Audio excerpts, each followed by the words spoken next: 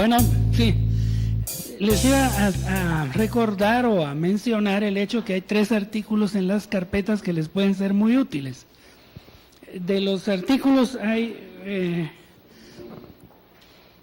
uno que es publicado en inglés. Es el único problema para los que no lean inglés, pero bueno, se llama Boundary Disputes in Latin America y es publicado por el Instituto de la Paz de Estados Unidos, un colega nuestro del Instituto de Relaciones Internacionales de Investigación para la Paz de aquí de Guatemala, es el United States Institute of Peace, Instituto de Paz, ¿verdad? O de la Paz. Y este es un muy buen artículo, mejor dicho, un libro que publicaron. Aquí solo hay unas fotocopias, pero les puede ser útil, que es sobre las disputas fronterizas, o boundaries, son fronteras, ¿verdad? En inglés. Se los recomiendo su lectura, pero sobre todo hay un par de artículos, uno que publicó el Foreign Affairs, pero en su edición en español, así es que está en español, se llama Fronteras Calientes. Uno de ellos, el de Foreign Affairs, que es escrito por un chileno que se llama Claudio Fuentes, doctor en Ciencia Política de la Universidad de North Carolina, dice, historiador de la Pontificia Universidad Católica de Chile, que en Chile las dos buenas universidades son la estatal, la Universidad de Chile, y la católica, y siempre se están peleando por cuál de las dos es la mejor, pero las dos son buenas, y este profesor es de la Universidad Católica de Chile. El artículo hace referencia a la forma como, gracias a la democratización que sufrieron los dos países vecinos, Argentina y Chile, en los años 80 para los argentinos y en los 90 para los chilenos, se dio un acercamiento para resolver sus puntos de conflicto limítrofe o fronterizo, y de 22 puntos, fíjense bien, 22 que tenían en controversia, se resolvieron 20 en negociación política directa y quedaron pendientes 2. Uno que se resolvió mediante un arbitraje, es del caso de Laguna del Desierto, que es un punto en la frontera del sur de la Patagonia, que fue resuelto mediante arbitraje, y otro que todavía está pendiente, que es el del campo de hielo sur, que ya se los mencioné, que es un gran glaciar, y que no han podido llegar a un entendido porque es un glaciar inmenso, ya les conté, donde hace mucho mal tiempo, y todavía no lo han resuelto, está pendiente, incluso tenían uno, pero de 22 resolver 20 en negociación directa, gracias, dice el autor, Claudio Fuentes, a que se trata de gobiernos democráticos. El punto de vista en teoría de las relaciones internacionales respecto a la solución pacífica de conflictos es que efectivamente los gobiernos democráticos contribuyen decisivamente a la solución por medios pacíficos, negociados o llevando los casos a tribunales internacionales, ¿verdad? Este es un artículo, el otro es el de un profesor o asesor más bien, no profesor, este es asesor, consultor nicaragüense en desarrollo, ex diplomático y asesor del Ministerio del Exterior de Nicaragua, dice. Se llama El diferente entre Honduras y Nicaragua. Aquí está explicado todo lo que yo les voy a tratar de explicar hoy. Mejor dicho, no, es historia más, y la explicación ya ahora recuerdo es de otro profesor que fue negociador además, de Mauricio Erdocia, no es este artículo, pero de todos modos este es un buen artículo, se los recomiendo porque lo tienen en las carpetas, hay que leerlo, es aconsejable que lo lean. Además está una muy buena historia de cómo las condiciones geopolíticas determinaron todo este problema que surgió entre Nicaragua y Colombia, y Honduras indirectamente, ¿verdad?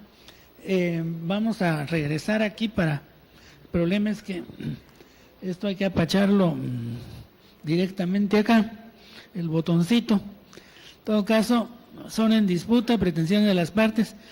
Bueno, este es el conflicto marítimo, pero lo que conviene es sí hacer una breve mención histórica de los orígenes, que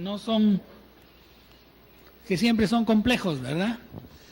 Resulta ser que hice el marcador, ahora no lo encuentro. ¿Qué? Si me lo pone ahí mejor, sí está mejor, porque si no aquí está.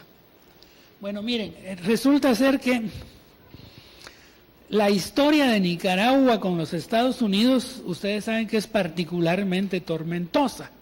Esto no viene de ahora, la situación, la mala relación que hay entre el gobierno de Daniel Ortega y los americanos tiene una vieja historia, porque acordémonos todos de que el Frente Sandinista se llama Frente Sandinista porque Estados Unidos invadió a Nicaragua en 1910, derrocó al presidente electo Zelaya, algo parecido a lo que hicieron aquí en Guatemala con Arbenz, ¿verdad?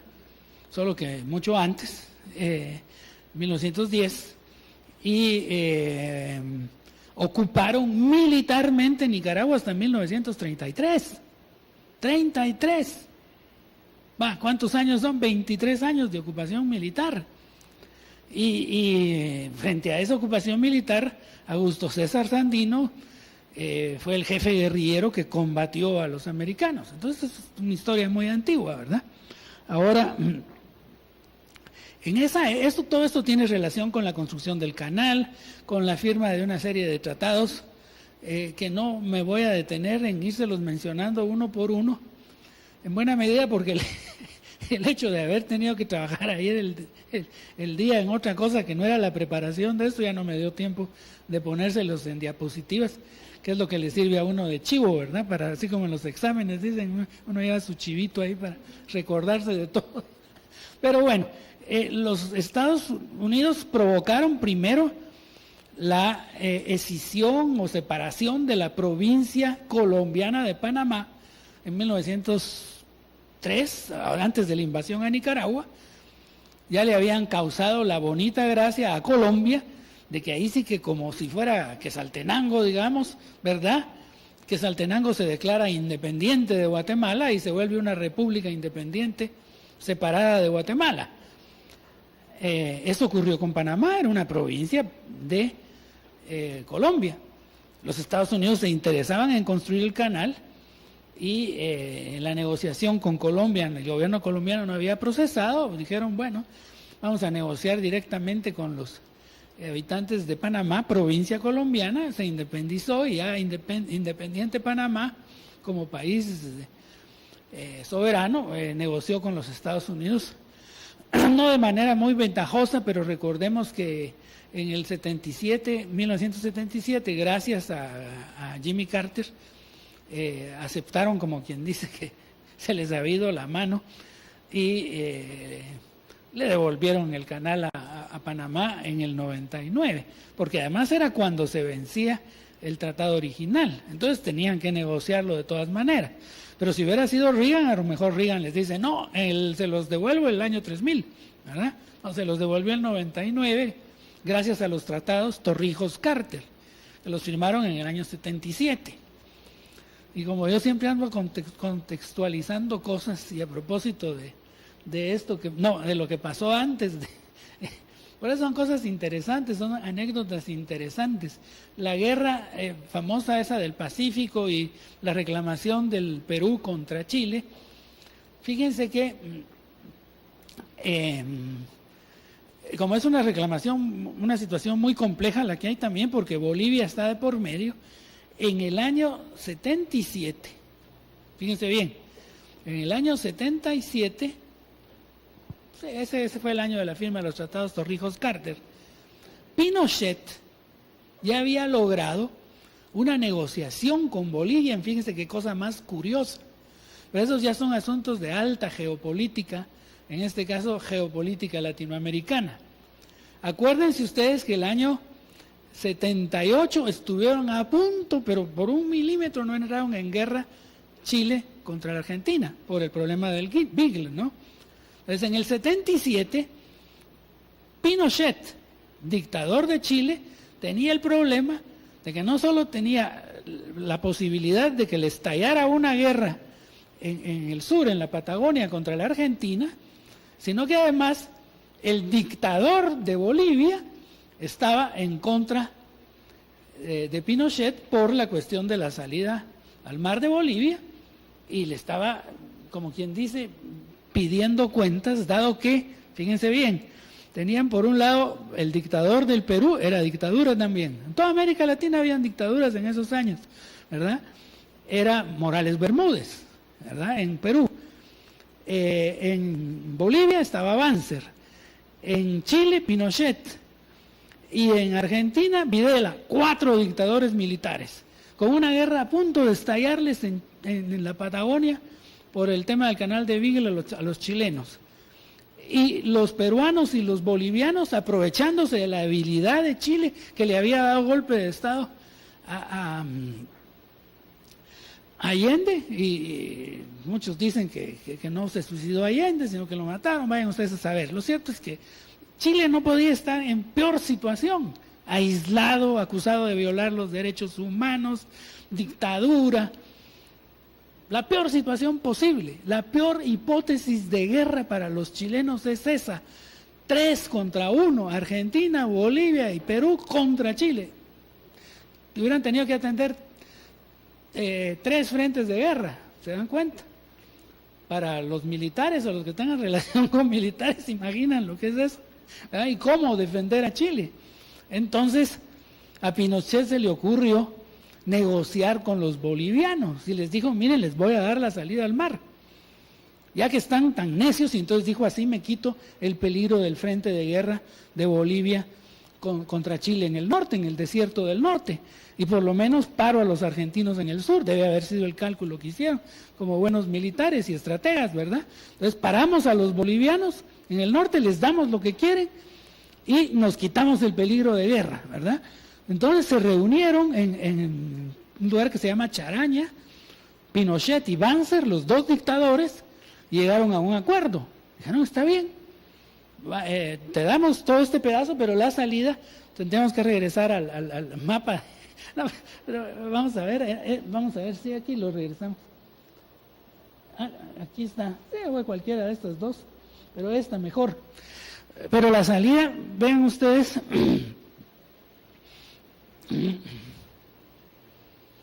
Aquí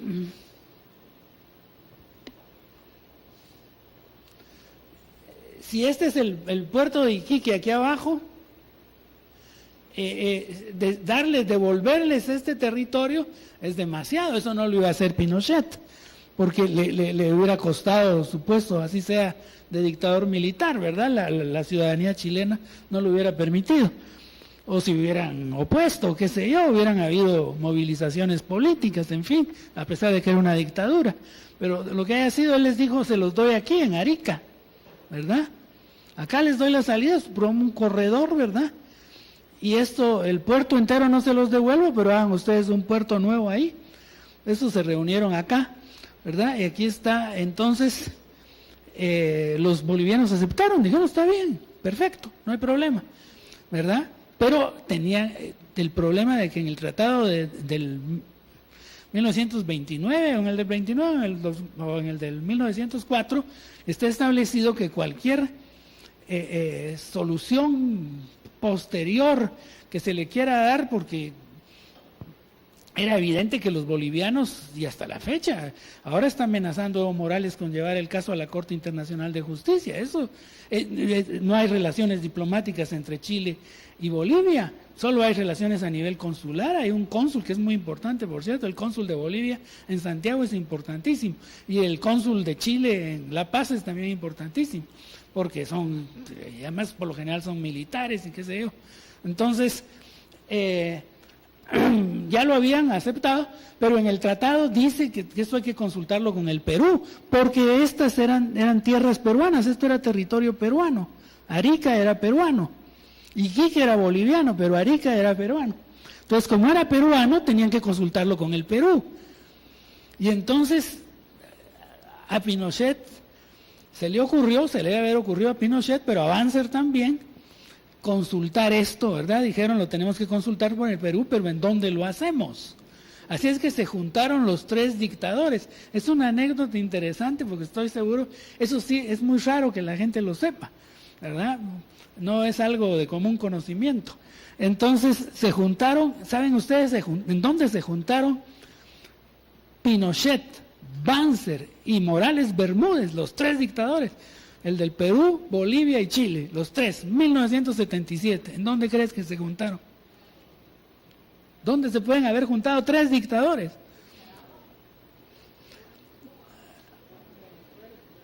Se dan tres dictadores de derecha, además. Y era el gobierno de Carter en los Estados Unidos. El gobierno de Carter estaba en favor de los derechos humanos y en contra de los dictadores. Acuérdense que Lucas García acusó a Carter de ser comunista. Esto es histórico.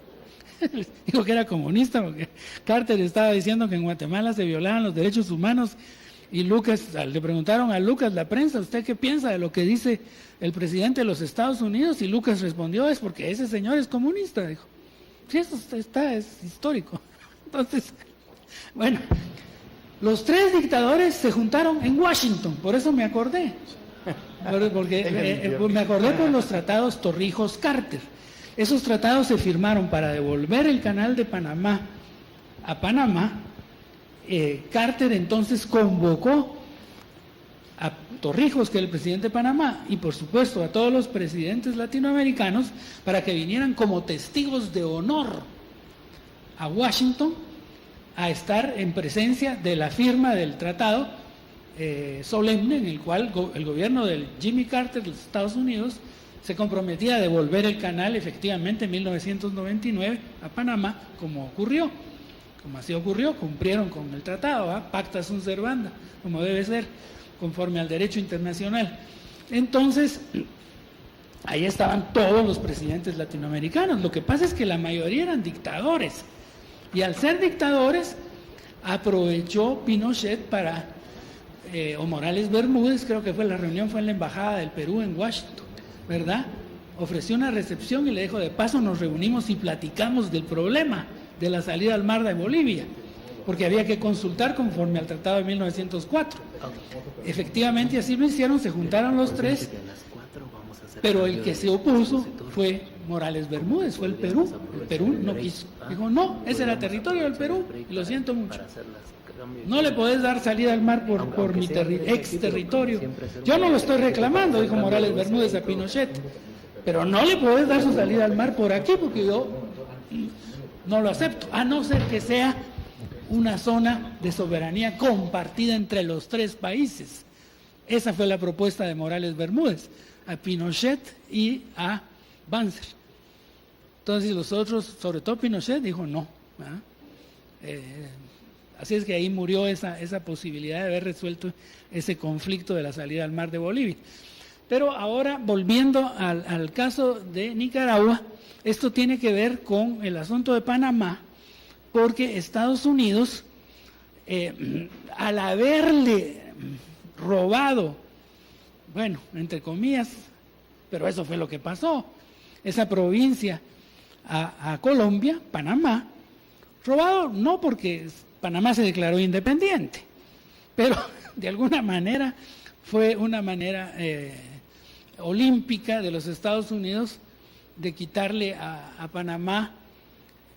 Colombia un departamento entero, ¿verdad? Y Colombia no se podía enfrentar militarmente con los Estados Unidos, es evidente. No fueron a la guerra, podrían haberlo hecho, pero no fueron a la guerra. Tuvieron miedo de Estados Unidos. Entonces, frente a esa situación, y estando Nicaragua ocupada por los Estados Unidos, en ese periodo de tiempo, Estados Unidos, fíjense bien, firmó un tratado, que toda esa historia a nivel del detalle la van a leer en ese artículo que se les repartió, pero se firmó un tratado con Colombia, por medio del cual se garantizaba, siendo que la isla de San Andrés había sido, en época colonial, parte de Centroamérica, estaba adscrita a la Capitanía General de Guatemala. Y es cierto que allá por 1804 o algo por el estilo, todo eso está ahí lo leen ustedes, se los estoy contando para que lo lean y les parezca interesante leerlo, ¿no?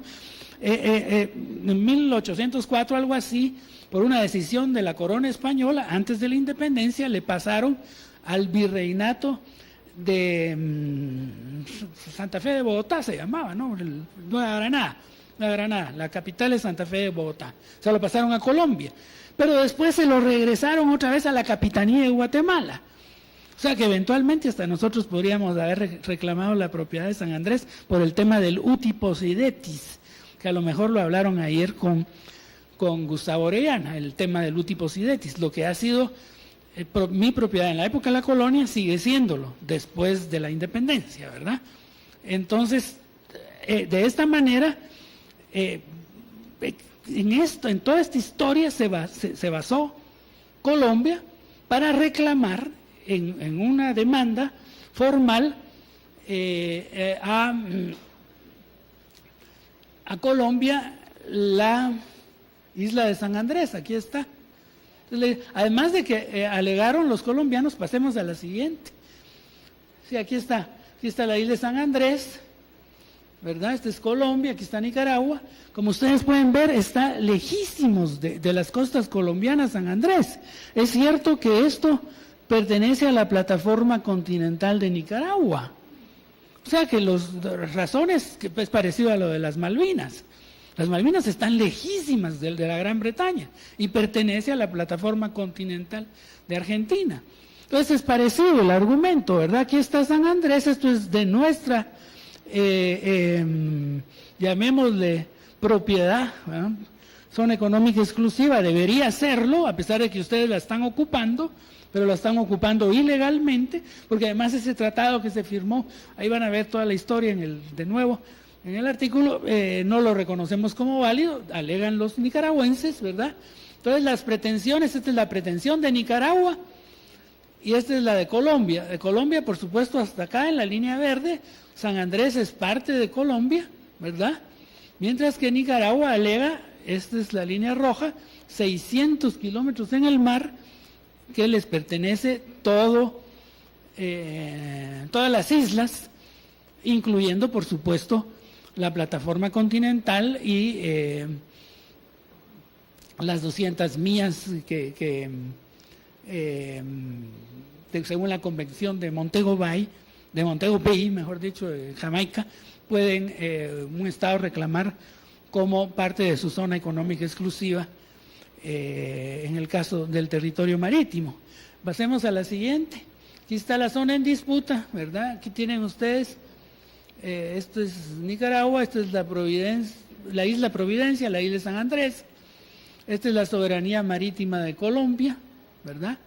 Y este es el famoso paralelo 82. Bueno, esta es la otra parte importante. La otra parte importante de toda esta historia, que no la puedo alargar mucho por razones de tiempo, pero que, como les digo, tienen el material de lectura.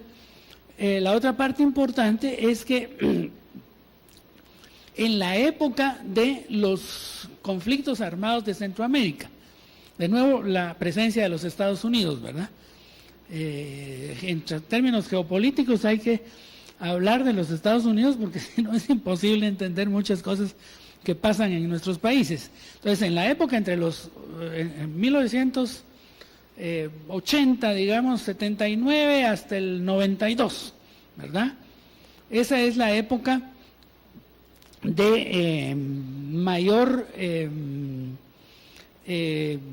beligerancia en toda la región centroamericana debido a el conflicto de los sandinistas con los contras en Nicaragua, Honduras, al conflicto del FMLN en El Salvador contra el gobierno salvadoreño y el de URNG en Guatemala contra el respectivo gobierno de acá, en los cuales participaba, era la época de la Guerra Fría, ya sabemos, Cuba por una parte, supuestamente con apoyo de la Unión Soviética, que no era tan importante, pero que sí algo había, era más apoyo cubano. Y por otro lado, Estados Unidos, que sostenía los dos gobiernos de Guatemala y El Salvador, el de Guatemala regañadientes porque los militares no les gustaban para nada, pero después cuando hubo ya la democratización y llegó Vinicio Cerezo, etcétera, cambió la política americana, aunque no les gustó tampoco, y esta es otra cosa importante que ustedes deben tener presente y que tiene que ver con estos asuntos de diferencias entre conceptos que es bueno que las tengan presentes porque tienen que ver con el capítulo 8 de la Carta de Naciones Unidas, y es una terminología que se usa mucho en Naciones Unidas, pero que hay que diferenciarla, saberla diferenciar. Una cosa es el peacemaking, que es lo que tiene que ver con negociación, hacer la paz. Hacer la paz es negociar, ¿verdad? Eso es peacemaking en inglés. Peacekeeping, que es mantener la paz, que es diferente, que es cuando hay hostilidades declaradas, violencia, una guerra entre dos países o una guerra al interior de un país, y Naciones Unidas envía fuerzas, por ejemplo, para separar a los contendientes y mantener la paz, solo mantenerla, ¿verdad? O en algunos casos tratar de evitar que se produzcan hostilidades, como está pasando ahora en el Congo y la presencia de fuerzas de Naciones Unidas en el Congo, ¿verdad? O en el caso de Haití, que se mencionó hoy por la mañana. Luego está peace building, que es construir la paz, reconstrucción, que es por lo general en etapas post-conflicto, y el peace enforcement, que ya vamos a ver, es imponer la paz, el rechazo a una agresión, por ejemplo. Hoy por la mañana se mencionó muy de pasada el tema de Kuwait-Irak, en la primera guerra del Golfo del 91, no hay que confundirla con la segunda, la de Bush, del 2003, ¿verdad? Y nada más lo mencionó también Juan Daniel Alemán, y hoy en la mañana lo mencionó Eisenstadt, de pasada. Tendrían que haber ambos, tanto Juan Daniel como Eisenstadt, mencionado también la guerra de Corea, del 50, ¿verdad? Porque son los dos únicos casos, fíjense ustedes bien y apúntenlo, anótenlo, recuérdenlo, porque es muy importante. Son los únicos dos casos en que se ha producido a nivel de Naciones Unidas y de decisión del Consejo de Seguridad un caso de peace enforcement, o sea, imponer la paz, quiere decir eso. Cuando el Consejo de Seguridad decide imponer la paz por medios militares, de manera absolutamente legal y legítima, ambas cosas. Yo diría, en ambos casos, aunque lo de legítimo ya es apreciación personal, pero legal absolutamente, conforme al derecho internacional. Entonces cualquiera de ustedes puede decir, pero ¿cómo es eso que conforme al derecho internacional las Naciones Unidas pueden mandar tropas e imponer la paz de manera violenta, rechazando a un Estado de manera armada por fuerzas de las Naciones Unidas, que finalmente están siempre compuestas por el ejército de Estados Unidos en los dos casos, tanto en el de Corea como el de la Primera Guerra del Golfo, así fue, ¿verdad? Los dos casos fueron fuerzas de Naciones Unidas autorizadas por el Consejo de Seguridad, pero conducidas por generales norteamericanos, y en donde el peso principal de la carga militar, llamémosle así, lo llevaba Estados Unidos, obviamente. En el caso de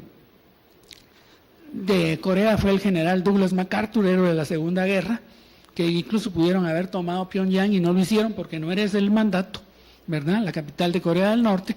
El caso de la Guerra del Golfo fue Norman Schwarzkopf, ¿ah? Así es que eran las fuerzas norteamericanas. Entonces, ¿y eso fue legal? Sí, fue legal. ¿Fue conforme al derecho internacional? Fue conforme al derecho internacional. ¿Por qué? Porque lo autorizó el Consejo, ¿verdad? En voto mayoritario, en el que no se produjo veto. Ni de Rusia, ni de China, ni de ninguno de los 5 permanentes. ¿Cómo se explica eso? Se explica en el caso de Corea por 2 motivos principales, para que lo tengan presente. El caso de Corea, que además fue exactamente un acto de agresión, o sea, violación del artículo, se me va ahorita, pero si no es el 2, inciso algo, uno de esos de la carta, si la tuviera aquí ahorita se las leo, pero bueno, dice agresión, fue agresión. Es agresión, quebrantamiento de la paz o amenazas de la paz, si mal no recuerdo. Amenaza de usar la fuerza o utilización de la fuerza o agresión, pero en este caso fue agresión y así se definió.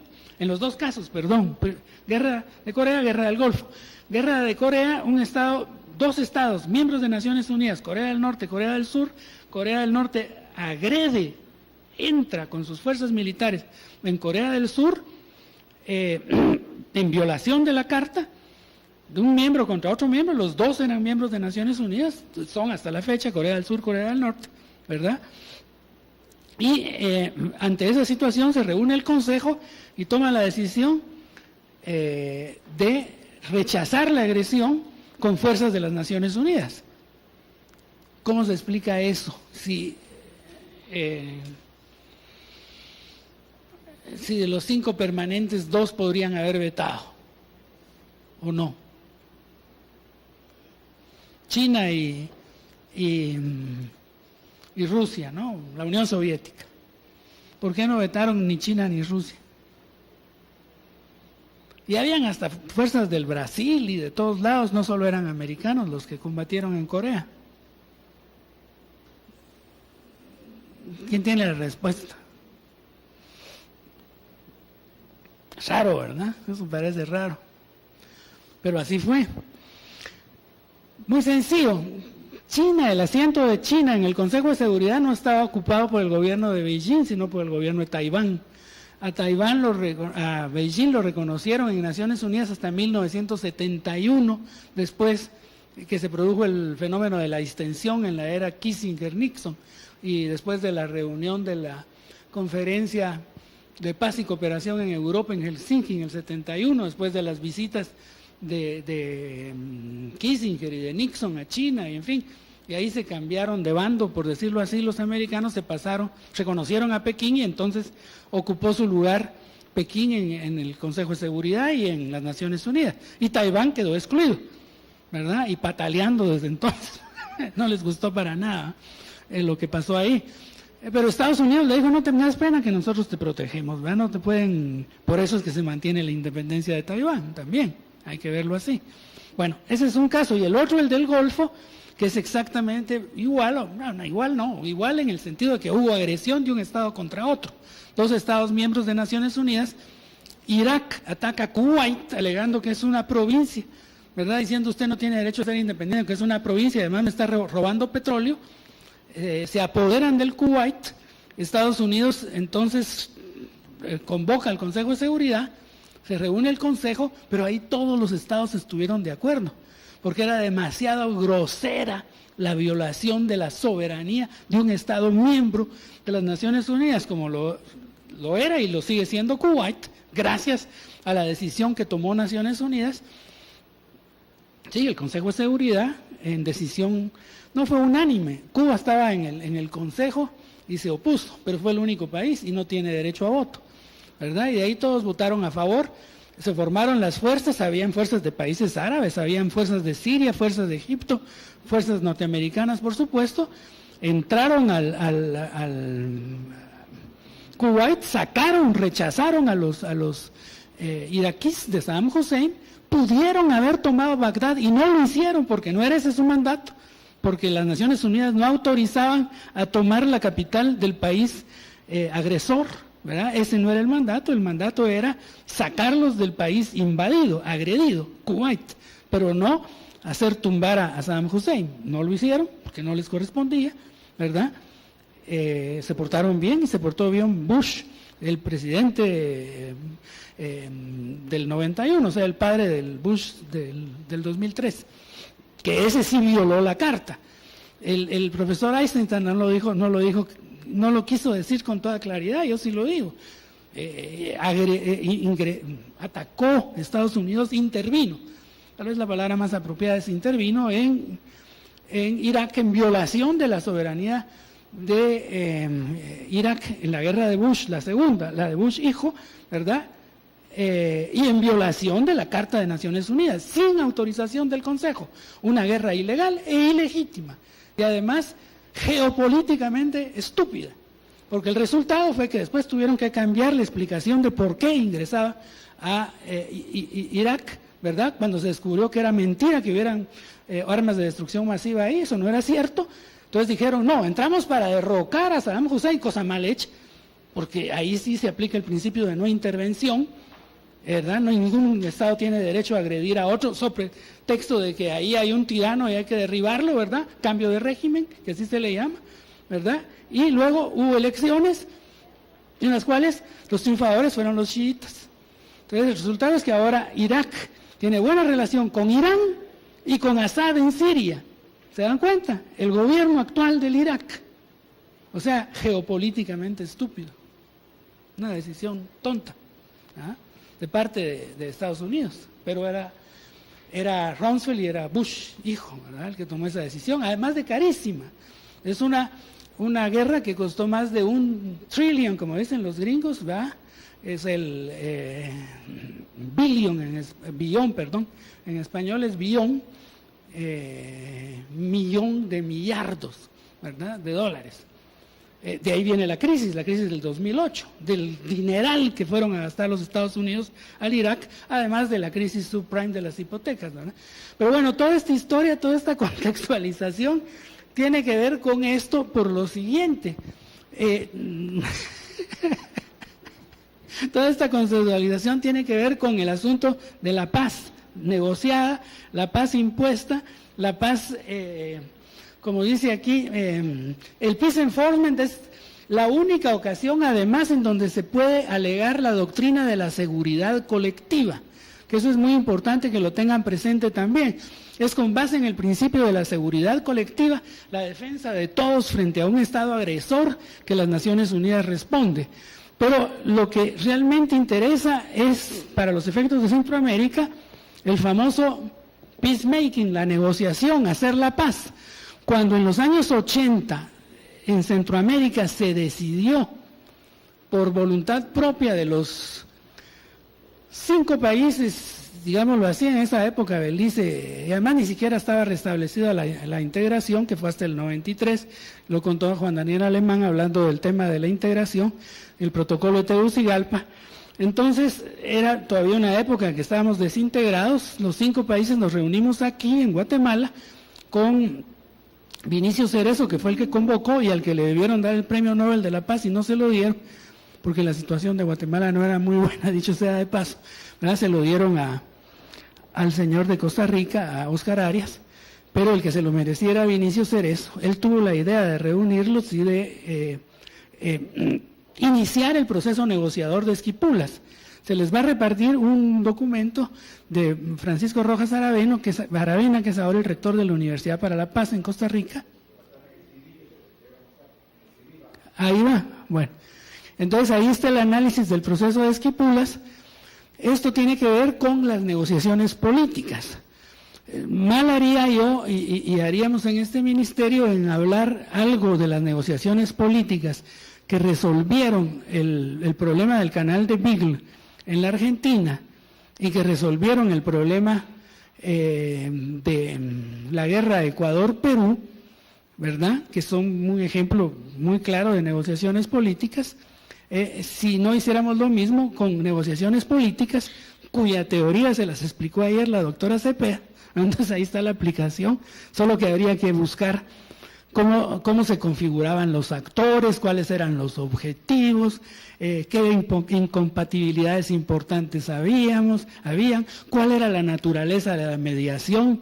La mediación varía, eso ya conforme a la teoría, ¿verdad? Y ustedes pueden encontrar que, por ejemplo, en la mediación de la negociación política que se produjo en Guatemala con la URNG, en una primera fase tuvimos un mediador, como se dice en inglés, dice un mediador insider partial.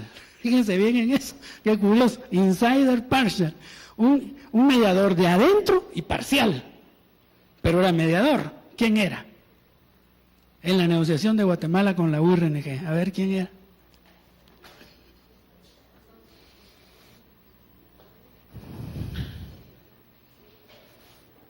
Mediador de adentro y parcial. Tanto que por ser parcial, según algunos, fue que lo quitaron. ¿Quién era el mediador? ¿Antes de qué?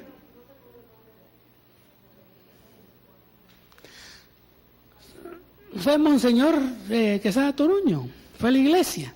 Del resultado del proceso de Esquipulas, ¿verdad? Que viene del 87, que se juntan los presidentes aquí, que se obligan a iniciar negociaciones con sus respectivos contendientes armados, tanto en El Salvador como en Guatemala y en Nicaragua, ¿verdad? Ese proceso se realiza, se lleva a cabo de negociaciones, o sea, de peacemaking, ¿no? De hacer la paz, negociaciones, el nombre en inglés conforme a la conceptualización de Naciones Unidas. Entonces se comienza a negociar, ¿en dónde? En El Salvador y en Nicaragua. En Guatemala no. En Guatemala no, porque el ejército se oponía. La única reunión que se pudo hacer, que es la reunión de Madrid, que la convocó nuestro embajador allá, el recordado Danilo Arias, ¿verdad? Le costó la vida a Danilo Arias. Por eso le mataron a Danilo Arias, ¿verdad? Por haberse atrevido a juntar a partes en una negociación que el ejército en aquella época no quería. Después, gracias a que se conformó la Comisión Nacional de Reconciliación, recuerden ustedes, ¿verdad? Resultado, ¿perdón? Eran muy jóvenes, bueno, pero la Comisión Nacional de Reconciliación es creación, se decidió crearla como resultado del proceso de Esquipulas, pero lo van a leer en el es para que ustedes lean, si no los entusiasmo para su lectura, no lo van a leer, se va a quedar ahí guardado. Entonces, se formó la Comisión Nacional de Reconciliación, el Monseñor Quesada Toruño fue el presidente de la comisión. Como el ejército no quería negociar y a pesar de que se había hecho esa reunión en Madrid, condujo a la muerte violenta del pobre embajador nuestro allá, estando aquí, por supuesto, cuando viajó en una ocasión, aquí fue que lo mataron. En fin, lo cierto es que la reunión la convocó, precisamente pensando que era muy peligroso reunirse aquí, la convocó Monseñor Quesada para Oslo, Noruega, ahí fue la primera reunión, ¿verdad? Y en esa reunión, como delegado de los partidos políticos, además de doña Tere de Sarco, de Mario Permut, de los que estaban por el lado del gobierno, de la sociedad civil, porque del gobierno no fue nadie a Oslo, ¿verdad? A esa reunión fue Jorge Serrano, que era candidato a la presidencia. Y en buena medida, porque él dijo, yo sí voy a negociar con la URNG, esto le valió votos. Eso le valió votos, no solo la historia esa famosa del debate en la televisión.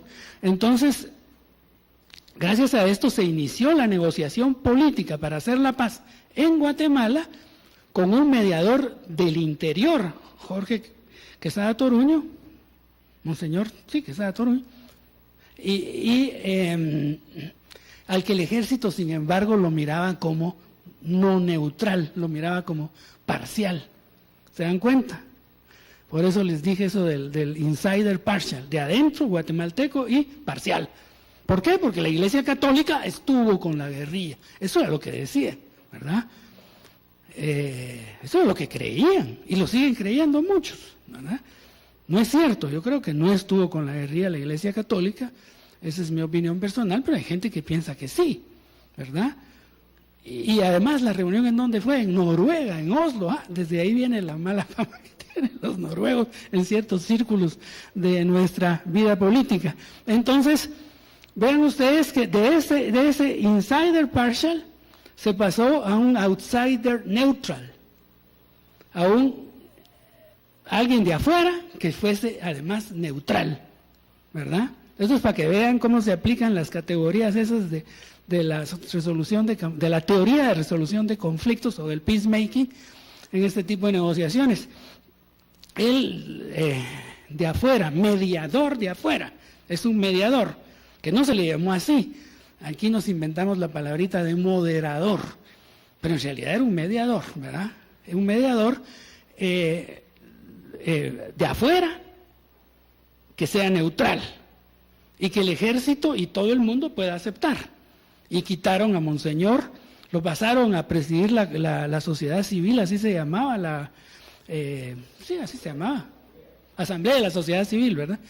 y pusieron a las Naciones Unidas, a Jean Arnaud, designado por el secretario general de las Naciones Unidas, Jean Arnaud. Él vino a conducir las negociaciones de paz después de Monseñor. Monseñor lo hizo muy bien, pero ya se había agotado su fase, digamos, de participación. Cuando cayó Serrano por el autogolpe, llega al poder Ramiro de León pone a Héctor Rosada como secretario de la paz, y Héctor Rosada piensa de manera correcta que entonces hay que apelar, llamar a las Naciones Unidas. Así lo hizo, así se hizo, y eso condujo finalmente a la firma de la paz en el 96. Esto es hacer la paz, es peacemaking, ¿verdad? Que no tiene que ver con estos otros conceptos de keeping, building y enforcement. El enforcement ya expliqué, lo de mantener la paz es un tema distinto, pero nos vamos a apartar para regresar entonces al tema, porque si no, no nos va a dar tiempo, al tema de la zona en disputa y del asunto este de Nicaragua, Honduras contra, Nicaragua contra Colombia y Honduras. Pero sí. Ahorita que ya regresó al tema, tengo una pregunta sobre el caso de Colombia y Nicaragua. Si en un dado caso Guatemala y Belice aceptaran ir a la Corte Internacional de Justicia, muchas veces la Corte se deja llevar por la costumbre internacional. ¿Puede influenciar, según la resolución que dio la Corte el año pasado sobre el caso de Colombia y Nicaragua, en el caso Guatemala-Belice? ¿Puede influenciar qué? La resolución que se dio sobre el fallo que se dio sobre Nicaragua y Colombia en el caso de Guatemala y Belice respecto a la costumbre internacional. Bueno, no necesariamente respecto a la costumbre internacional, a no ser que entendamos por costumbre, que así es además, de hecho, que parte de la costumbre internacional es aplicar la jurisprudencia de los casos que anteriormente han sido conocidos por la Corte. Entonces, sí, en esa jurisprudencia lo que se establece es que un país que alega tener derechos de frontera marítima de la magnitud que lo vamos a ver inmediatamente, le son reconocidos, lo más probable es que a otro país, que sería el caso nuestro frente a Belice, que tenemos una reclamación, por eso decimos constantemente, terrestre, insular y marítima. Entonces, lo más probable es que la parte insular y marítima, la Corte nos dijese sí. En la parte terrestre, que es lo que yo creo, ya lo dije, lo creo, esa es opinión personal mía, no estoy involucrando para nada al Estado en esto, es opinión de académico además, ¿verdad? Yo creo personalmente que la Corte es muy probable que nos va a decir, reclamación terrestre, ustedes señores, Guatemala, no tienen derecho alguno. Pero en la parte marítima sí les vamos a reconocer, y ahorita voy a justificar por qué creo yo que en la parte marítima sí nos pueden reconocer una determinada extensión de territorio marítimo. En la parte marítima sí. Entonces, ¿por qué? Porque conforme a la costumbre que es aceptar los fallos anteriores, la jurisprudencia anterior, como válida para seguir justificando fallos equitativos, no necesariamente conforme a la legalidad, pero sí conforme a la equidad, que también se toma en cuenta, o sea, la justicia también, ¿verdad? Los fallos equitativos, entonces, frente a eso, es probable, ¿verdad? Depende de cómo se maneje el caso, de los abogados que tengamos, de la habilidad de esos abogados para presentarlo ante los jueces. No se les olvide que son 15 jueces de la Corte, de todas nacionalidades, en cuenta 5 de los 5 países miembros permanentes del Consejo de Seguridad, o sea que forzosamente va a haber siempre un francés, un inglés, un americano, un ruso y un chino, forzosamente, y de ahí 10 más que son de diferentes países del mundo. Hay árabes, ahí se busca siempre que estén de todas partes, ¿verdad? Japonés por lo general hay alguno, en fin, creo que ahora hay un japonés, en fin, y además 2 jueces ad hoc que pone cada país, o sea, en total son 17 jueces. Por eso nos conviene realmente ir a la Corte y no a un tribunal, por ejemplo, al TPA, al Tribunal Permanente de Arbitraje, que está también que está también en La Haya, ¿verdad? Pero yo creo que nos conviene más la Corte. Y que bueno, a esa conclusión llegamos no solo en esta Cancillería, sino también en la OEA, porque esa es la recomendación y eso es lo que todavía sigue siendo el camino definido. Aparte es que se haya parado el referéndum, pero el camino ya está dado. Entonces, frente a eso, lo que pasó entre Nicaragua y Colombia, para responderle a su pregunta de manera precisa, ya tuvo efectos. Porque yo estoy convencido que los beliceños, frente a esa situación, fue que dieron marcha atrás en su decisión de hacer un referéndum para ir a la Corte Internacional de Justicia y que el diferendo lo resuelva la Corte, porque dijeron vamos a perder mar, vamos a perder frontera marítima, no nos conviene ir a la Corte. Se lo están sospechando, digamos. Eso es lo que pasa. Que se lo sospecharon, se lo intuyen, se lo están olfateando, ¿verdad? Entonces dijeron no, paremos esto, ¿verdad? Claro que algunos me van a decir, no, pero es que lo pararon y la ley esa es de cuando acababan recién de firmar el acuerdo en el 2008 y el fallo es más reciente. Pero ahí están asesorados por abogados, ellos ya lo veían venir. Lo que hizo la Corte fue confirmarles que efectivamente por ahí va la cosa, y no solo por el caso Nicaragua. Ahorita les voy a mencionar los casos que se conocen de otras partes del mundo, como en África. Entonces pasemos a esto. Vean, aquí, no, pero este es el fallo final, nos regresemos uno más, este del meridiano 82. Vean, lo que ocurre es que Colombia, que estaba en buena relación con Honduras, por cuestiones que no vamos a referir porque nos llevarían también por un camino muy largo de explicar, pero estaba en una buena relación con Honduras, Colombia. Además, acuérdense ustedes que son gobiernos conservadores, eso también incide, ¿verdad? Colombia han habido gobiernos conservadores o de derecha, como le querramos llamar, desde hace rato. En Honduras también. Honduras apoyó a la valga la redundancia, a las fuerzas contrarrevolucionarias, como se les llamaba, contra el gobierno sandinista. El hecho de que Honduras haya apoyado, fíjense ustedes bien en esto que es muy importante también, a los llamados contras en su pelea contra el gobierno sandinista en los años 80, que finalmente, acuérdense ustedes que hubo una negociación entre los sandinistas, consecuencia del proceso de paz de Esquipulas, que también fue mediada por las Naciones Unidas, lo cual ocurrió también en El Salvador. En el caso de Nicaragua fue ONUVEN, en el caso de El Salvador fue ONUSAL, ¿verdad? El acuerdo de paz entre sandinistas y contras se firmó en el año 90, poquito antes yo creo, porque el 90 creo que ya fueron las elecciones, si mal no recuerdo, las que ganó Violeta Chamorro, y salieron los sandinistas del gobierno en Nicaragua. Entonces, en esos años duros de confrontación militar en Nicaragua, los sandinistas decidieron, fíjense bien, esto es muy importante, presentar una demanda en la Corte Internacional de Justicia en La Haya por violación del derecho internacional de los Estados Unidos de América. O sea, demandaron a Estados Unidos en la Corte Internacional de Justicia, alegando que los Estados Unidos estaban violando el derecho internacional por haber minado sus puertos para que no recibieran, como un acto de guerra, lo consideraban un acto de guerra, y eso se comprobó en la Corte. Los Estados Unidos, por supuesto, alegaron que eso no era cierto, pero se comprobó en la Corte que era cierto, que eso no lo podía haber hecho la Contra, porque la Contra no tenía la tecnología para sembrar de minas los puertos nicaragüenses. Ahorita no recuerdo los detalles de la cosa, si eran Bluefields en el Atlántico o también los puertos del Pacífico, vayan ustedes a saber, eso está en la Corte. Si ustedes van al sitio web de la Corte, ahí encuentran toda la información.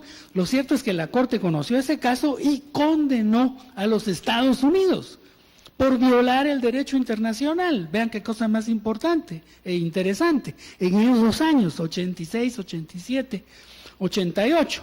Es más, no solo condenó a la Corte, a Estados Unidos, al gobierno de los Estados Unidos, sino que además Nicaragua, con base en esa condena, el gobierno sandinista inició otra demanda posterior para reclamar indemnización de daños y perjuicios. Reclamaba $12,000 millones Nicaragua. $12,000 millones al gobierno de los Estados Unidos por los prejuicios que le había causado en sus puertos y en su comercio internacional. Esa segunda demanda, como las elecciones, resultado del proceso de paz en Nicaragua, las ganó Violeta Chamorro,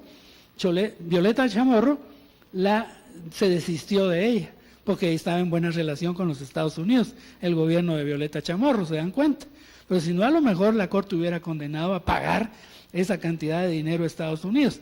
Pero esto es a propósito que la relación entre Estados Unidos y Nicaragua era mala, sigue siendo mala, no es buena, ¿verdad? Recordemos esto. Luego, en cambio, la relación Honduras-Estados Unidos es buena, a pesar del golpe de Estado y todo que pasó ahí, sigue siendo buena.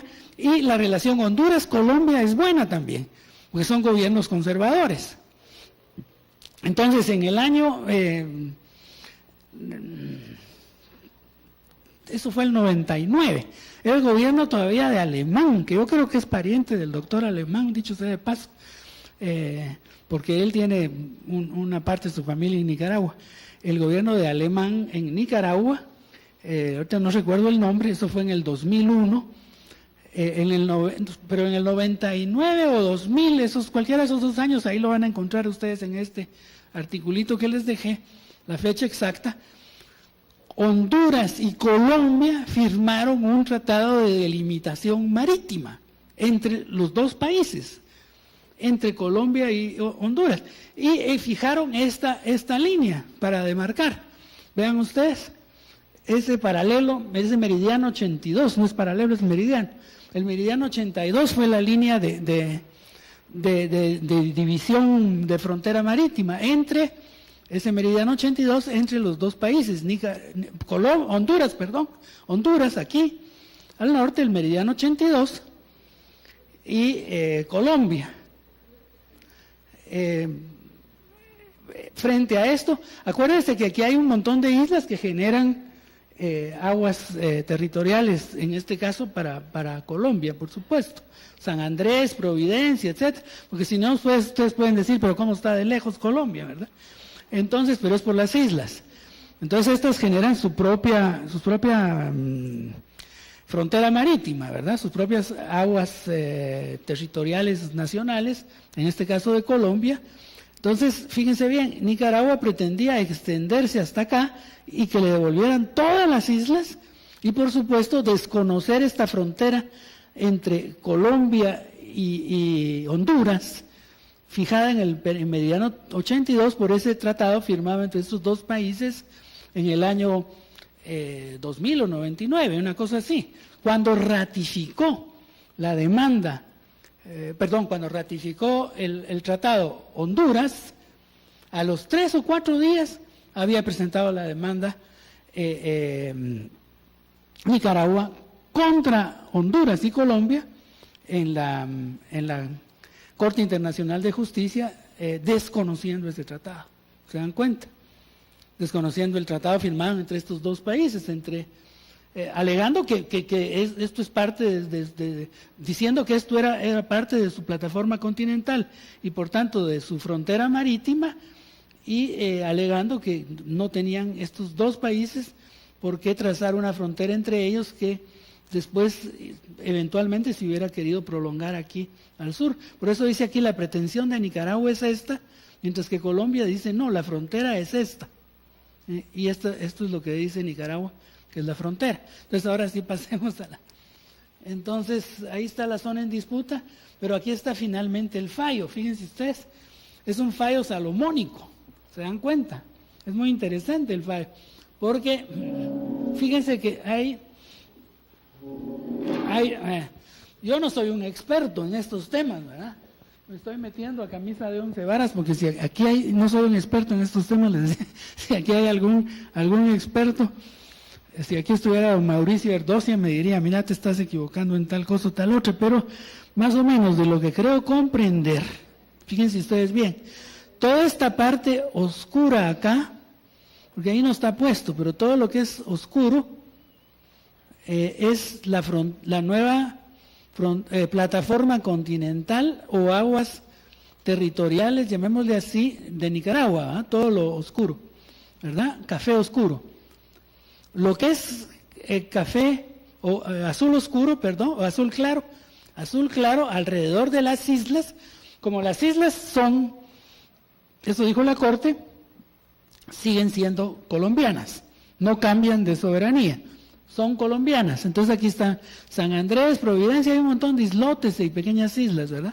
Entonces estas islas siguen siendo colombianas, pero debido a los elementos de juicio que fueron capaces de suministrar a los jueces de la Corte, los abogados nicaragüenses, la Corte aceptó que efectivamente las 200 millas se prolongan hasta acá, ¿verdad? Menos estos, por eso es que si nos dan con 2 o 3 islas que nos den de Belice, de los Cayos, ¿verdad? Generamos ¿se dan cuenta?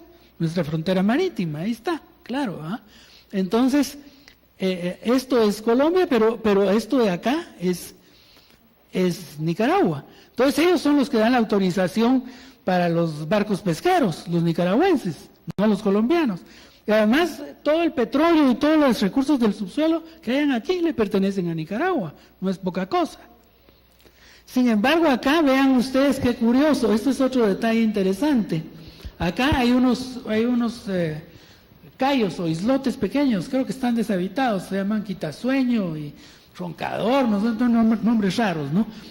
Aquí están los cayos, y estos, fíjense bien, por el Uti Posidetis, porque lo habían venido poseyendo los hondureños, ¿verdad? Dice que, como dicen en derecho civil, de manera pública, pacífica y de buena fe, y más de 20 años, eso es lo que dice el derecho civil, ¿verdad? Pues algo así, ¿verdad? La posesión pública, pacífica y de buena fe de los hondureños, la Corte dijo, eso le queda a Honduras. Entonces aquí, por eso la frontera no es recta acá, que podría haber una línea recta, ¿vale?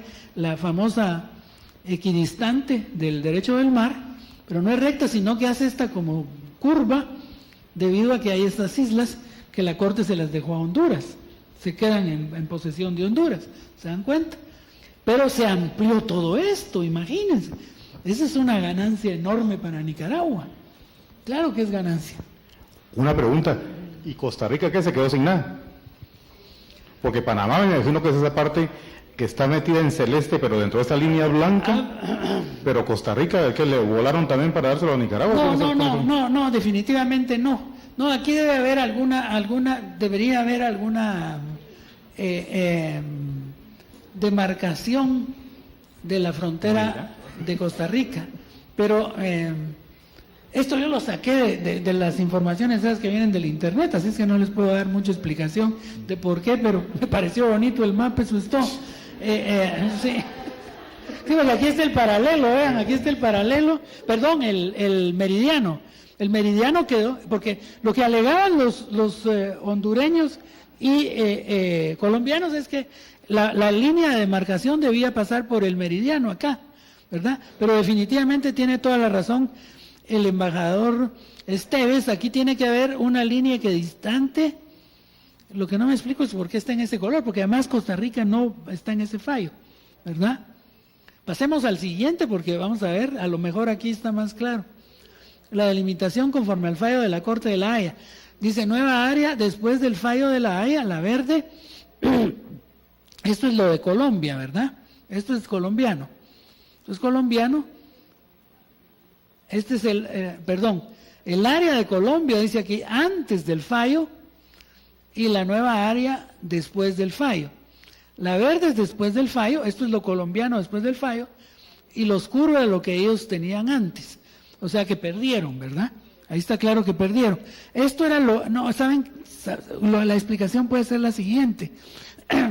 En la mancha de color café oscuro anterior es porque esto se sobreentiende, vean ustedes, esto se sobreentiende que es mar territorial de Nicaragua y de Costa Rica, aunque probablemente, y esa es una hipótesis porque la verdad es que no estoy informado, probablemente a lo mejor no hay todavía una delimitación entre Costa Rica y Nicaragua, y tal vez por eso no está marcado ahí, pero no les digo que esté absolutamente cierto de eso, ¿no? Esta puede ser la explicación frente a la pregunta del embajador Estés. Pero esto es realmente, aquí se ve realmente lo que se decidió por la Corte. Eso es lo decidido por la Corte. Ahí sí está claro. A ver, ¿tienen ustedes explicación? Ya encontraron en el internet. Pónganse a navegar y ahí encuentran. Pasemos a otra. Ah, no, ese es otro caso ya. Nos regresemos entonces. ¿Todavía tienen preguntas o cuestiones? Vamos a ver, comentarios.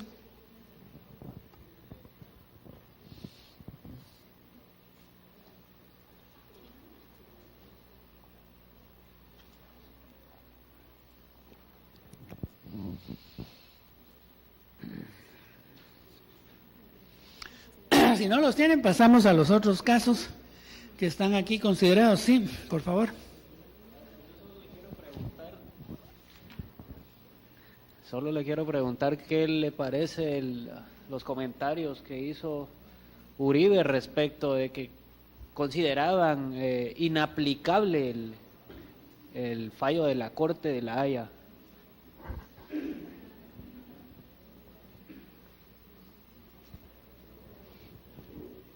Sí, bueno, lo que ocurre, yo le voy a contar lo que dijo uno de los expertos que vinieron a este foro que hubo recientemente sobre este tema.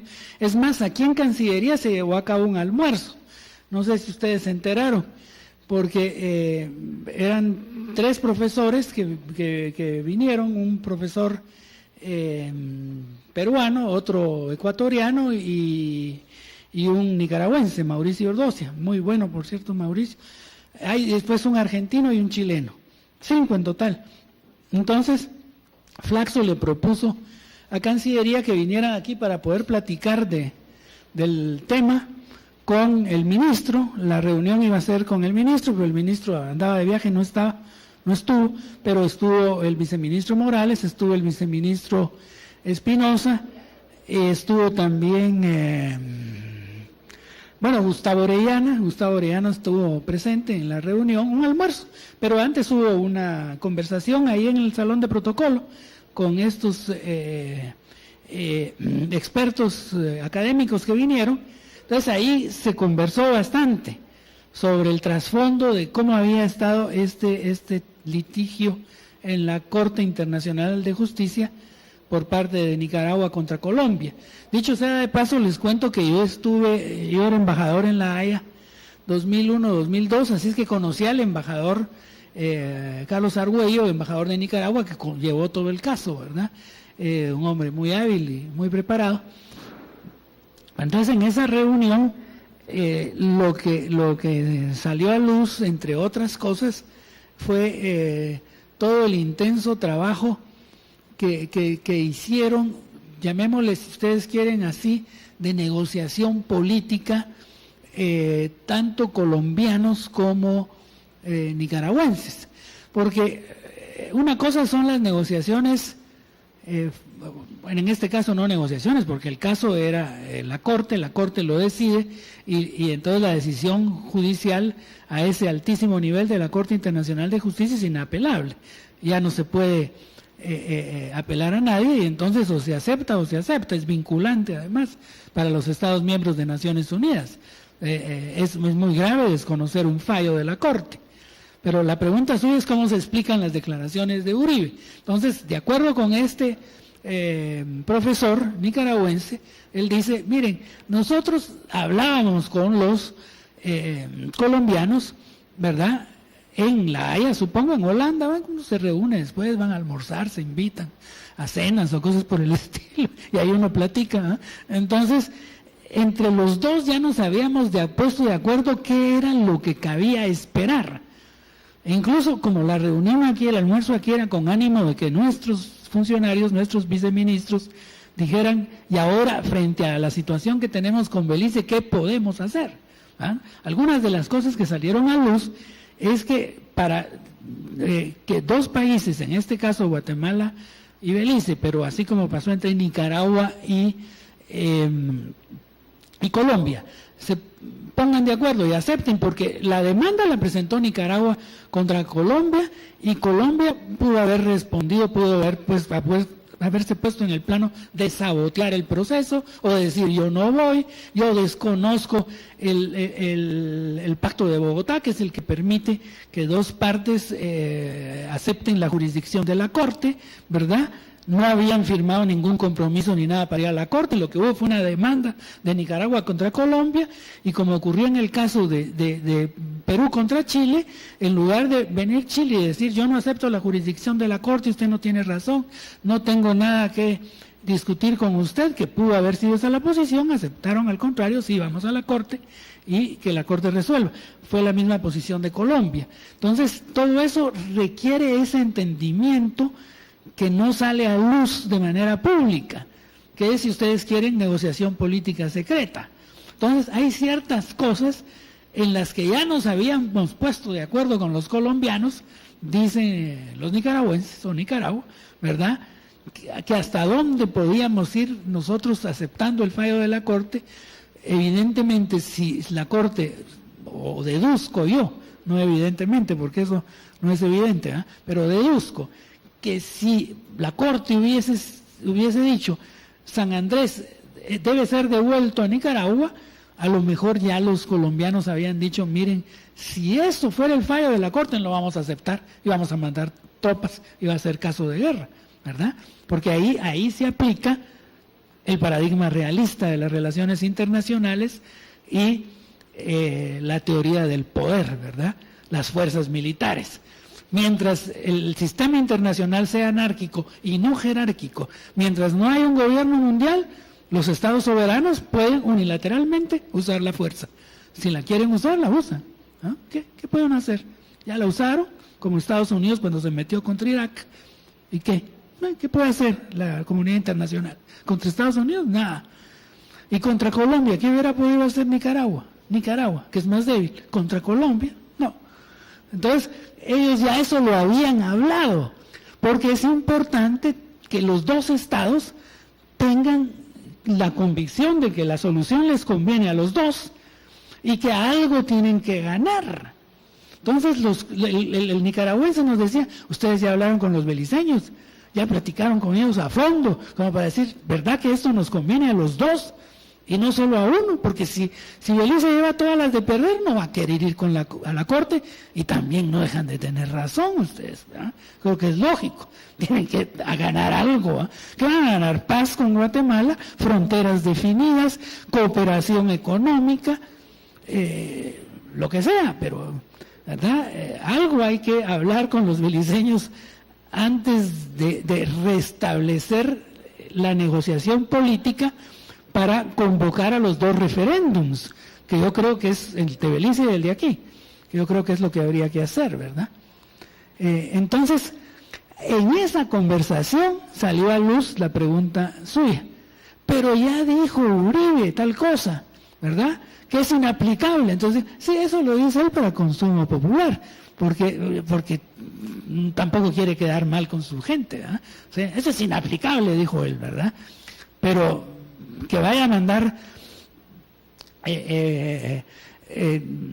fuerzas militares, barcos de guerra, a impedir que los barcos de pesca nicaragüenses pesquen en lo que es ahora su mar territorial sin pedirle permiso a Colombia, no lo van a hacer, ¿verdad? Entonces con eso basta.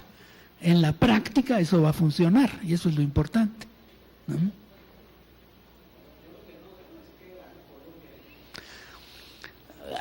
¿Cómo no? Ganó la certeza jurídica de que las islas le pertenecen, que nadie le va a discutir soberanía sobre las islas, ¿verdad? Y la demarcación del mar territorial.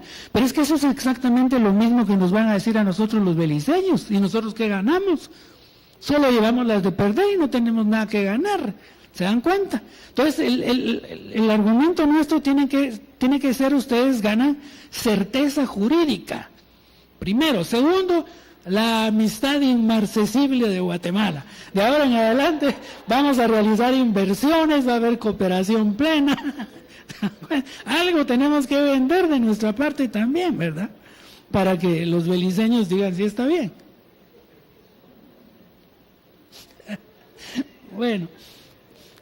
Bueno, miren, vamos a pasar rápidamente a estos otros puntos.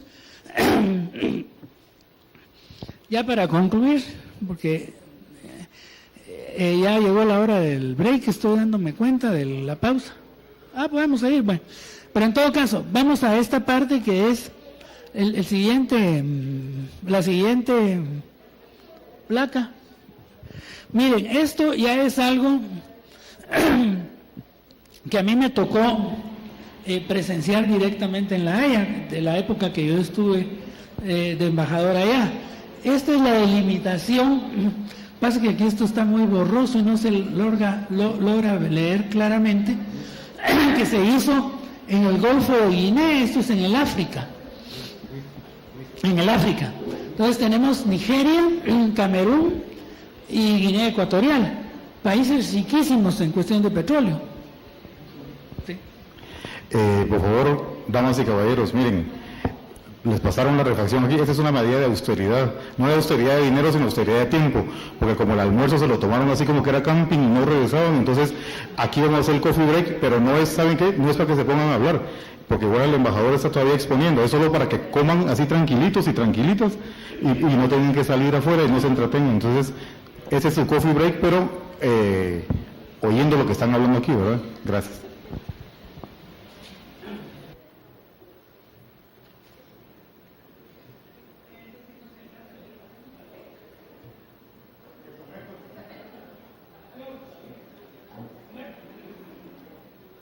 Regresemos a esta que estaba antes. Sí, vean, este es un problema que hubo, conflicto, controversia. Problema es un concepto muy suavecito. Una controversia, otra vez, de 3 estados, solo que del África, el Golfo de Guinea Ecuatorial.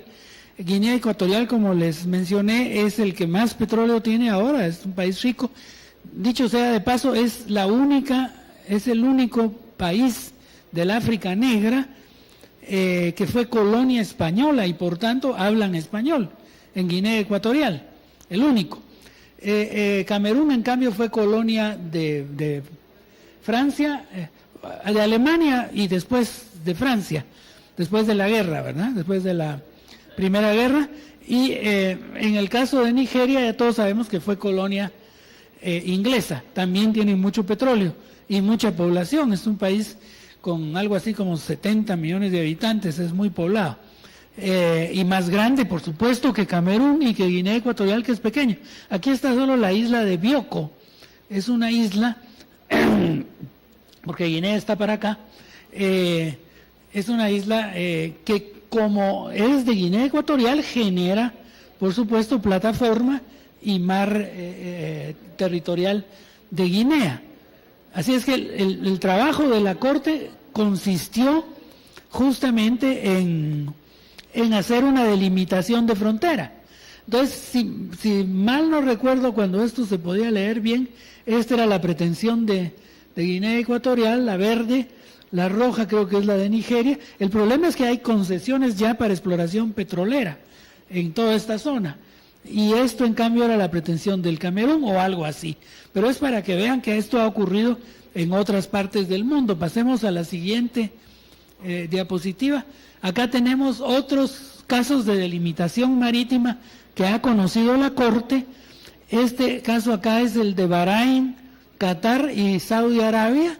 Aquí lo que pasa es que no se distingue bien, pero están las líneas de demarcación frontera marítima entre estos 3 países, en el Golfo Pérsico, por supuesto. Acá tenemos el Bahrein, Qatar, la frontera marítima, siempre en el Golfo Pérsico. Esto es Eritrea y Yemen. Esto es siempre Eritrea y Yemen, sobre el Mar Rojo, ¿verdad? Y aquí tenemos esto de acá abajo. Esto es el Mar del Norte, esto es Irlanda e Inglaterra, el Reino Unido, ¿verdad? Sí, esto. Y esto creo que es el Mar del Norte, pero no lo alcanzo a distinguir bien. ¿Qué dice ahí? Ah, no, estoy equivocado. No he alcanzado a distinguir bien y a veces... sí, este es... Fíjense ustedes, esto es interesante porque también fue un caso que resolvió la Corte, que es el caso de... Esta es la isla de Sicilia, esto es Italia, la punta de la bota. Punta de la bota, Sicilia, por aquí está Malta. Estas son las zonas, en el color identifica las zonas que se le adjudicó a cada país, ¿no? Y esto es Libia, pues como todo está muy pegadito, ¿verdad? Por eso fue un trabajo difícil de la Corte. Esto sí es Inglaterra, Reino Unido, Eritrea y Yemen, ya mencioné, y el Golfo Pérsico. Veamos la siguiente. Esta es finalmente cómo quedó, si no me equivoco, la delimitación que... sí, la delimitación que fijó la Corte en el caso de Guinea Ecuatorial, que es el otro caso importante, que es a propósito de la pregunta que creo que fue, ¿quién la hizo? No, la hizo aquí Mónica, ¿verdad? Que es la jurisprudencia, porque la jurisprudencia es la que van a tomar en cuenta. Eso es lo que se va a tomar en cuenta en el caso nuestro con Belice. La siguiente, ahí hay... creo que son los mismos casos, si es Irlanda, este es Italia, sí, por alguna razón se repitió. Veamos si hay otro. Ese es el Golfo de Guinea, en el África. De nuevo el Golfo de Guinea. Está muy borroso esto, el escáner no fue apropiado para copiar esto, porque además era de un acetato, de un viejo acetato, ni siquiera de fotografía, sino de acetato, los que se usaban antes para los retroproyectores, ¿verdad? Entonces aquí, regresemos al anterior. Entonces aquí está la isla de Bioko, esto es Guinea Ecuatorial, esto es el Camerún, y esto es Nigeria, los 3 estados, y que por acá pasó la demarcación fijada por la Corte. Aquí hay otras islas, creo que son las de Cabo Verde, si no me equivoco, y este es todo el Golfo de Guinea, ¿verdad? Cabo Verde y... debe ser Cabo Verde. Bueno, veamos la siguiente. Este es un caso que solo para que vean la diapositiva, que es interesante, porque es un arreglo negociado, entre países civilizados, por supuesto, ¿eh? Entonces, nada menos que Noruega, Dinamarca, Alemania, Holanda y el Reino Unido, Inglaterra, ¿verdad? Entonces, esta es la demarcación de frontera negociada por ellos en el caso del Mar del Norte. Esta es alguna de las franjas específicas que se repartieron entre Dinamarca, Alemania y Holanda, por alguna razón que hay que ser un especialista para poderle explicar. Entonces, pero lo importante es ver cómo fijaron su propia demarcación, y lo importante que es saber que hoy en día, como ya lo conversamos, pero era una capacitación en la que ustedes no estaban, porque era otro grupo, pero lo conversamos y el embajador Esteves participó de manera muy interesante, porque como ustedes saben, él fue embajador en Noruega. Entonces la pregunta era, ¿por qué, si ustedes saben por qué Noruega no es parte de la Unión Europea? Creo que tienen mucha plata, y si estuvieran en la Unión Europea tendrían que pagar una buena cantidad de dinero que ellos prefieren guardársela de manera previsible, el gobierno de Noruega, para sí. Pero ¿de dónde les viene la plata? Les viene la plata de los yacimientos submarinos de petróleo que se encontraron aquí en el Mar del Norte y que comparten con Inglaterra, entre Noruega e Inglaterra, porque para mala suerte de los alemanes, los daneses y los holandeses, aquí no hay petróleo, pero aquí sí hay petróleo. Entonces, esa es la importancia del subsuelo marino y de la delimitación de frontera marítima, ¿verdad? Porque el subsuelo marino tiene recursos pesqueros, tiene recursos bueno, el subsuelo no, el agua tiene los recursos de la pesca, pero el subsuelo sí tiene recursos minerales y de hidrocarburos, ¿verdad? Además de las islas, que son recursos también cuando las hay y son bonitas, que es lo que pasa con los cayos en la zona del Mar Caribe, Belice, porque se pueden aprovechar para finalidades turísticas. Es una belleza ir a hacer snorkeling o buceo en esas playas y todo este tipo de actividad recreativa es particularmente rica y por tanto puede ser un gran recurso económico para nuestro país, ¿verdad? Entonces, bueno, yo creo que con esto sí culminamos, es solo como ejemplo, ¿verdad? Todavía queda, creo que esta fue la otra era la negociación, y esto, si no me equivoco, entonces no, esa es la salida de la negociación y esa es la delimitación, en fin. Pero es siempre sobre la zona del Mar del Norte, ¿eh? Bueno, entonces con esto culminamos la presentación de casos. Yo quisiera ver qué posibilidades hay todavía de que ustedes intervengan haciendo comentarios o preguntas. ¿Qué observaciones tienen en torno a las diferencias entre esto de las negociaciones políticas, todo esto que les puse aquí forma parte de negociaciones, lo que se refiere a peacemaking, de las negociaciones políticas, por supuesto, ¿verdad? Porque los otros son fenómenos distintos. Están demasiado atareados. Disculpe, embajador, yo tengo una consulta respecto a la controversia que se tiene con por parte del Japón, que le dicen el mar del Japón, y por parte de las Coreas, que le dicen el mar de las Coreas o el mar de Corea. ¿De qué forma o cuál podría ser el mejor mecanismo para poder abordar esa problemática?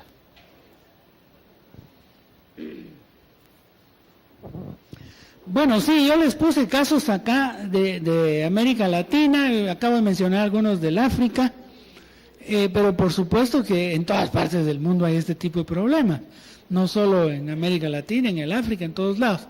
Usted menciona el caso del Japón. El caso del Japón es particularmente problemático porque si usted se refiere a las islas que están al norte de la isla de Hokkaido, estas son las islas Kuriles, y las islas Kuriles eran históricamente del Japón, fueron del Japón, pero las perdieron para la Segunda Guerra. Entonces es algo, o lo negocian, o lo tendría que resolver un tribunal internacional, cosa que lo veo muy difícil, porque o lo negocian o lo resuelven con un tribunal internacional, pero la contraparte es Rusia. Entonces Rusia no es precisamente un hueso fácil de roer, ¿verdad? Entonces hasta ahora los japoneses mismos se han mantenido muy quietos respecto a esa disputa territorial que tienen con Rusia en el norte, pero en el sur tienen también disputa territorial, solo que con China, así es que están re mal, porque son dos enemigos potenciales. No lo son ahorita, por supuesto, hay buena relación entre todos estos países, pero podrían llegar a ser enemigos potenciales por razones de disputas territoriales, sea en el mar, en este caso es en el mar, o insular si se trata de islas, pero en el sur también hay islas, islotes deshabitados, ¿verdad? Que tanto Japón como China continental, pretenden ejercer su soberanía y están deshabitados. Entonces es muy difícil que a esto se resuelva de una manera jurisdiccional. Yo lo veo muy difícil que ambos, China y Japón o China y Rusia, aceptaran ambos países o los tres países. No, porque entre el norte y el sur hay una distancia considerable, entonces ahí no se traslapan las fronteras marítimas.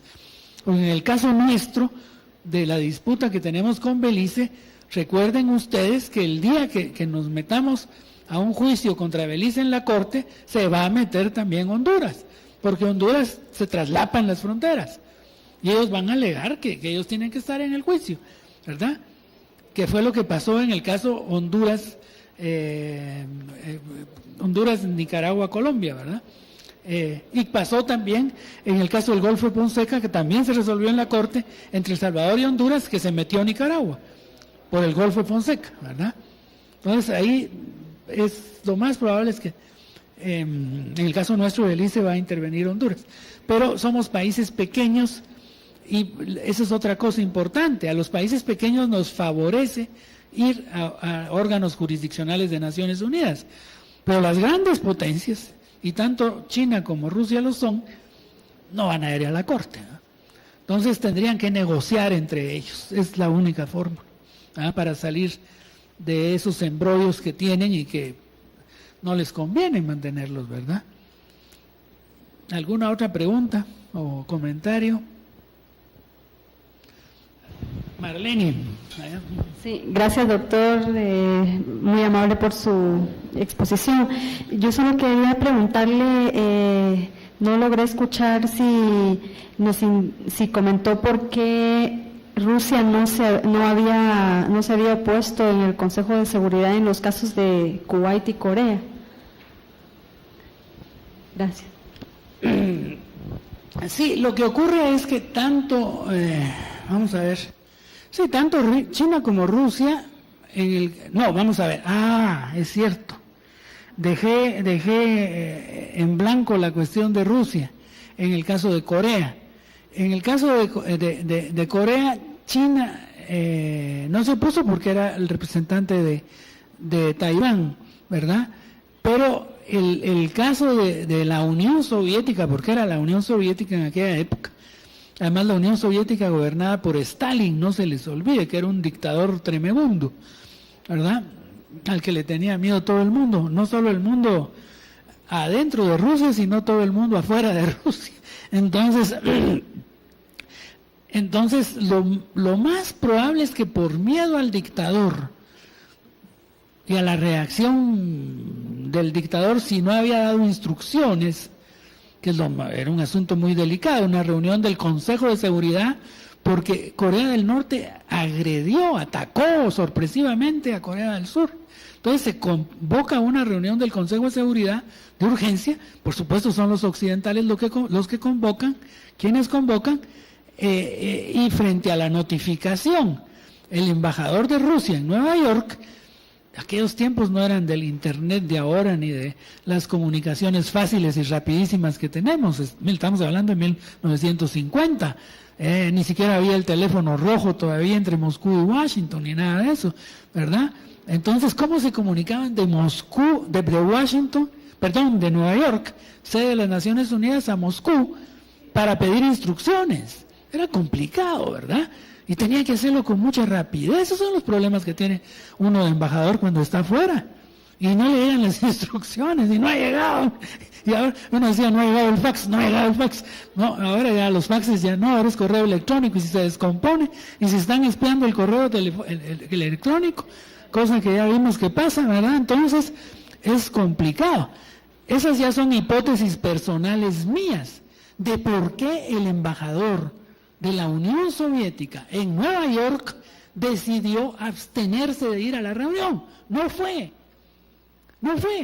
tan sencillo como eso. Mejor no voy, porque esto es demasiado urgente, no me han dado instrucciones, ¿para qué voy a ir? Yo no sé qué le pasó cuando tomaron la decisión en su ausencia. Entonces lo más probable habría que averiguar qué hizo Stalin con él, ¿verdad? Con el embajador. Si todavía vivió mucho tiempo más con buena salud, pero vayan ustedes a saber. Lo cierto es que se decidió por ausencia, in absentia de la Unión Soviética, no estuvo presente. Y en el caso de la Guerra del Golfo del 91, ahí sí claramente era interés de todos los estados que esa situación de que un estado miembro ataca a otro no se volviera a repetir. Y era el Irak de Saddam Hussein, que era un dictador odiado por todo el mundo, y en cambio Kuwait al final de cuentas es un país rico en petróleo. Entonces ni a los rusos ni a los chinos les convenía que eso quedara como precedente Imagínense, eso forma precedentes de nuevo, la costumbre internacional, ¿no? Vuelve a pasar porque ya lo hicieron y lo van a seguir haciendo, con una característica tan clara de haber sido una agresión, ¿verdad? Porque claro que fue una agresión de Saddam Hussein contra Kuwait, ¿verdad? Muchos dicen además, y esto es una cosa curiosa, hay un artículo que les recomiendo en el Foreign Affairs de este último mes, que se llama La lógica perdida de la disuasión. En inglés es The Lost Logic of Deterrence, porque dice él, no estamos usando la disuasión y la podríamos seguir utilizando, y la dejamos de usar. Deberíamos usar la disuasión. La disuasión quiere decir, yo tengo armas atómicas y si tú te metes contra Israel, por ejemplo, advertirle a Irán, yo voy a usar armas atómicas contra ti, entonces no te conviene. Pero para poner un ejemplo así de lo más burdo, ningún país lo va a hacer, pero cuando los Estados Unidos dicen todas las opciones están sobre la mesa, en el fondo eso es lo que quiere decir, ¿verdad? Podemos responder hasta con armas nucleares. En todo caso, esta lógica de la disuasión que se habría perdido, de acuerdo con algunos analistas, tiene sus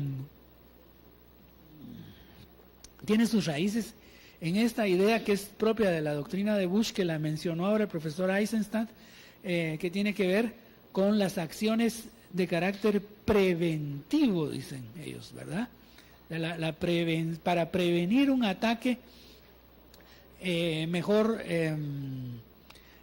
no es que usemos disuasión, es decir, nosotros estamos tan bien armados que ustedes, si se atreven a atacarnos o a atacar a nuestro aliado, a nuestro amigo, entonces pagarán las consecuencias, ¿verdad? Sino que en el caso de Irán, la idea de Estados Unidos y de Israel es un ataque preventivo para destruir, antes de que produzcan armas nucleares, para destruir las instalaciones en donde se podrían fabricar estas armas nucleares, ¿verdad? Aunque para muchos ese es todo el gran problema que está vigente hoy en día, ¿verdad? El problema de Irán y de la posibilidad de que se negocie directamente con Irán ahora mismo, ¿verdad? Para resolver incluso el problema de Siria, porque sin la participación de Irán ese problema no se va a resolver. Eso hay que tenerlo claro también. Bueno, yo veo que está el licenciado Alfonso Ortiz Albarro ya presente aquí. Como se está hablando de las nuevas dimensiones del derecho internacional, consideramos importante que se tratara el tema de la cultura, del patrimonio cultural y de la problemática alrededor de la diplomacia cultural, que ahora acá en Cancillería es un asunto importante, ¿no? Así es que por esa razón el licenciado Alfonso Ortiz Albarro ya lo va a presentar oficialmente aquí el embajador Esteves, me estoy adelantando. Le hemos pedido que colabore con nosotros en esta última sesión de la tarde. Bien, entonces con esto le agradecemos al embajador Luis Alberto Padilla su participación.